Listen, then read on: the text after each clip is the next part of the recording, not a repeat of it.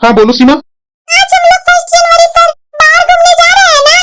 हाँ हाँ सीमा, चलूंगा ना। तो ठीक है, मैं तैयार होती हूँ। सीमा, माँ का खाने का इंतजाम करती है ना? हाँ हाँ, सारा इंतजाम कर दी हूँ। तो ठीक है, 6 बजे तैयार रहना। मैं 6 बजे तक आता हूँ, तो साथ में चलते हैं बाहर।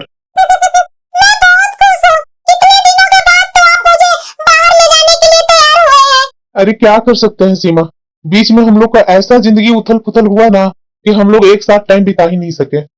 चलो 1 जनवरी के कारण ही थोड़ा तो बाहर जाकर कुछ टाइम तो बिताएंगे ना साथ में। जरूर। कितने दिनों बाद ये मेरे से आज इतने अच्छे से बात किए हैं। मैं जा रही हूँ, सासू माँ के लिए जल्दी जल्दी खाना बनाने का इंतजाम कर लेती हूँ। सासू माँ, मैंने सारा खाना बना करके रख दिया है किचन में। आपको जब भूख लगे ना तो उठ करके खा लीजिएगा। आज हम लोग बाहर जा रहे हैं सासू माँ, हम लोग बाहर ही खाना खा लेंगे। आप टेंशन मत लीजिएगा, आप आराम से अपना खाना खा लीजिएगा। मैं तो तैयार हो ली। अब ये जल्दी जल्दी आते हैं, उसके बाद हम लोग बाहर जाते हैं घूमने। अरे आप आ गए, जाइए जल्दी जल्दी फ्रेश होकर के तैयार हो लीजिए। मैंने सासू माँ के लिए खाना बना दिया है और उन्हें मैं बता भी दी थी।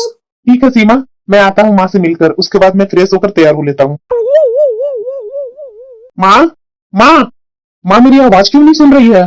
माँ, माँ, सीमा, सीमा कहाँ गई? जल्दी आ। क्या हुआ?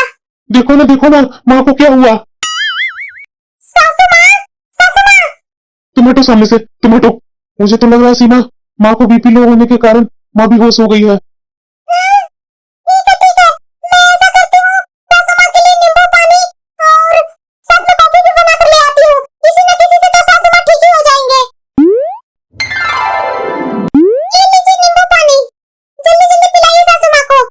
ये पी करके शायद सासू माँ ठीक हो जाए तो हम लोग जल्दी ही निकलते हैं घूमने के लिए। वैसे भी 7 तो बज गए हैं, लीजिए जल्दी कीजिए। क्या कर रही हो तुम? माँ को ऐसी हालत में छोड़कर हम कहीं नहीं जाएंगे। 10 मिनट में अगर माँ ठीक नहीं होती है तो मैं इन्हें डॉक्टर के पास ले जाऊंगा।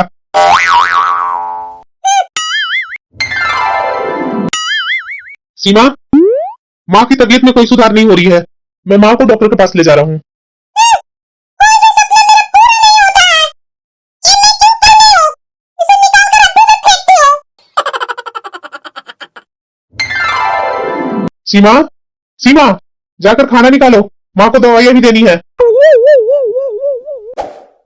माँ, जल्दी जल्दी उठो, ये लो, ये सूप पियो तुम और दवा खाओ। सीमा, चलो थोड़ा खाना खा लो। आपकी जिंदगी में माँ के सिवा और भी कोई है या नहीं है? जब आपको माँ की सेवा करनी ही थी तो मुझसे आपने शादी क्यों की?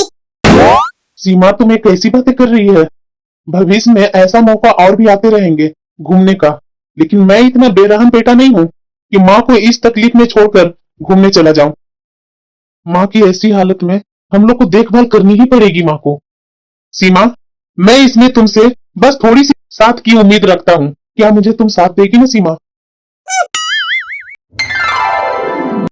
ये सीमा किचन में भी नहीं है, कहाँ गई है? मैं अपने मायके जा रही हूँ। मुझे फोन करने की या वापस लाने की जरूरत नहीं है आपकी। और सीमा, अब आप कुछ मत बोलिए। बहू, बहू, क्या हुआ माँ? बेटा बहू कहीं दिख नहीं रही है, कहीं गई है क्या? हाँ माँ, सीमा की माँ की बहुत जोरों से तबीयत खराब थी, इसीलिए मेरे से ही बताकर वो चली गई है अपने मायके। तो बेटा तुम्हें भी जाना चाहिए था ना, थोड़ा देख लेता कि तुम्हारी सास कैसी है। नहीं नहीं माँ, सीमा ही बोलकर गई कि आप अपनी माँ के पास रहिए, मैं अपनी माँ से मिलकर आती हूँ। सासू माँ भी सही नहीं है तो उनका ख्याल भी रखना जरूरी है, इसलिए मैं उसकी माँ के पास नहीं गया। अरे बेटा मुझे क्या हुआ है, तुम्हें जाना चाहिए था। बहू अकेली क्या करेगी?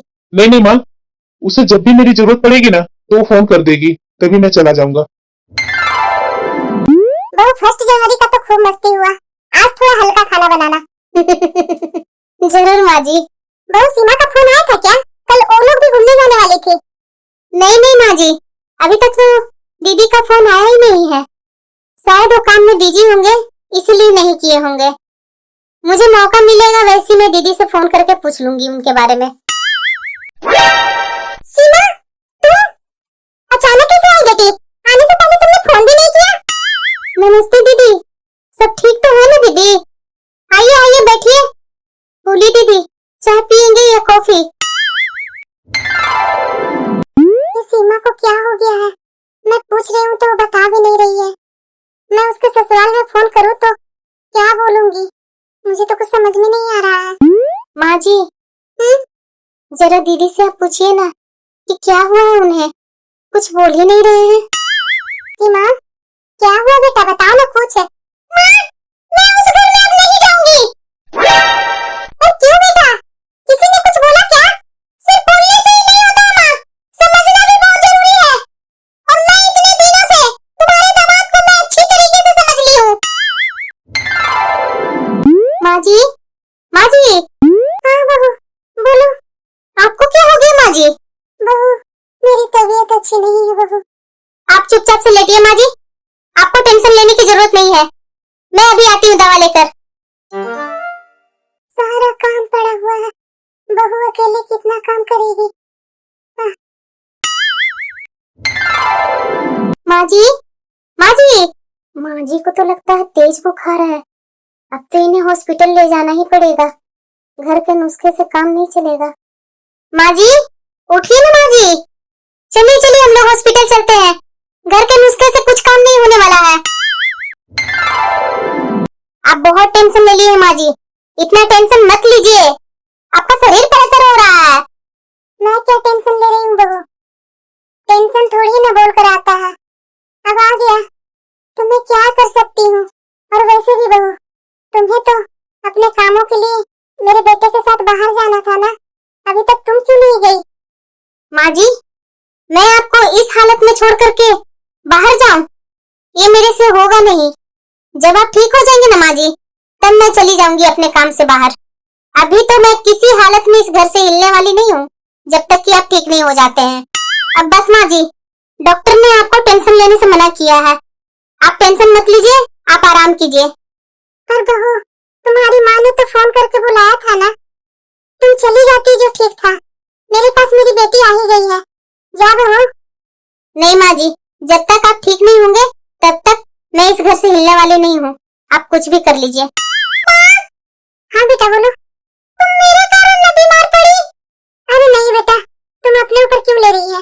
नहीं माँ, मैं तो तुम्हें देखी थी कि रात भर टेंशन में सोई नहीं है, और मैं सुबह देख रही हूँ कि तुम बुखार से तप रही है। शुक्र मनाओ कि भाभी इतनी अच्छी है कि तुम्हें एक पैर पर खड़ा होकर सब ठीक कर दिया इन्होंने। एक मैं हूँ जो अपनी सास को बीमारी की हालत में छोड़ करके मैं यहाँ आ गई। ये क्या बोल रही है बेटा? हाँ माँ, बस मैं थोड़ा सा अपने ईगो के कारण मैं अपना घर बर्बाद करके आ गई माँ। बेटा, क्या कोई भी अपनी सास को बीमारी की अवस्था में छोड़कर कैसे मायके जा सकती है? मैंने तो तुम्हें एक परवरिश नहीं दी थी बेटा, फिर भी तुम कैसे अपनी सास को, अपने पति को इस मुश्किल समय में उन लोगों को छोड़कर मायके चली आई? अब रहने दो बेटा, तुम भी कितना लगा रहेगा काम में। अरे माँ, मैं क्या काम में लगा हुआ हूँ, बस थोड़ा सा सूफी तो लेकर के आया हूँ तुम्हारे लिए। अरे बेटा, तुमने बताया नहीं कि तुम्हारी सास का तबीयत कैसी है, और बहू ने फोन नहीं किया तुम्हारे पास? नहीं माँ, अभी तक तो उसने कॉल नहीं किया है। तब भी बेटा, तुम्हें तो जाना चाहिए था ससुराल, थोड़ा देख लेता कि तुम्हारी सास कैसी है। इस वक्त कौन आया है बेटा, देखो जरा। अरे सीमा तुम? मुझे माफ कर दीजिए, माँ के प्रति बेटे का चिंता मैं समझ नहीं पाई थी। सीमा, मैंने तुम्हारे मायके जाने का सच्चाई माँ को नहीं बताया था। अगर मैं बता देता तो माँ हमारे साथ खुशी खुशी कभी नहीं रह पाती। आपने किया पर मैं बहुत शर्मिंदा हूँ, मुझे आप माफ कर दीजिए। अरे कोई बात नहीं सीमा, मैं बहुत खुशनसीब हूँ कि मुझे आपके जैसा पति मिले, जो मुझे अपनी सास की नजरों में गिरने से बचा लिया आपने। अरे कोई बात नहीं सीमा, तुम्हें अपनी गलती का एहसास हुआ ना? जाओ अंदर, माँ तुम्हें देखेगी तो और भी खुश हो जाएगी।